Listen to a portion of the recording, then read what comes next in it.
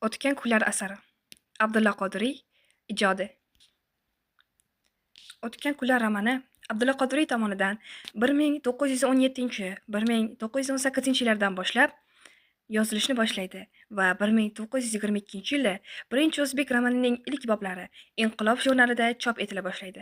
O'sha yillardayoq asar qo'lma-qo'l bo'lib, o'quvchilar keyingi boblarning chiqishini intiq bo'lib kutishadi. Moziga qaytib ish ko'rish xayrlik deydilar. Shunga ko'ra mavzuni moziydan, yaqin o'tgan kunlardan, tariximizning eng kirlik, qora kunlari bo'lgan, keyingi xon zamonlaridan belgiladim deydi Abdulla Qodiriy romanning boshida. Darvoqe, adib roman nafas ufurib turgan yuqoridagi fikrlarni bejizga keltirmagan. Asar 19-asr voqealari, ijtimoiy manzaralari, aholining turmush tarzini aks ettirgan va bu murakkab tarixiy davr asar qahramonlari Otabek va Kumushning fojiali sevgi qissasi fonida tasvirlangan. Otabek 24 yoshda, toshkentlik Yusufbek hoji va o'zbek oyimning ko'z nuri, yagona farzandi.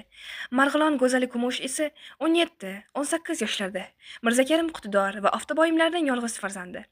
Savdogarlik bilan shug'ullanuvchi Otabek Marg'ilonda Mirzakarim Iqtidorning tashqi hovlisidan o'tgan ariqdan tahorat uchun suv olayotib, tasodifan Kumushga ko'zi tushadi. Kumush ham Otabekni ko'radi. Nigohlar bir-biriga to'qnashgan chog'da ikkala qalbda ham ishq otashi alangalanadi. Otabek ham Kumush ham juda parishon bo'lib yuradi. Ular hali bir-birini tanimas edi. Otabekning yonida doimo u bilan birga yurgan uning ma'naviy otasi Hasanali bu parishonlikning tagiga yetadi va Otabek nomidan Ziyo Shohchi bilan birga Iqtidornikiga sovchilikka boradi. Kiroyi kuyoving shunday bo'lsa, deb havaslanib yurgan Mirzakarim Iqtidor qizini Toshkentga yubormaslik sharti bilan rozilik beradi. Kuyovning kim ekanidan Kumush hali xabarsiz, ko'nglidagi xufiyona ishqdan azob chekardi.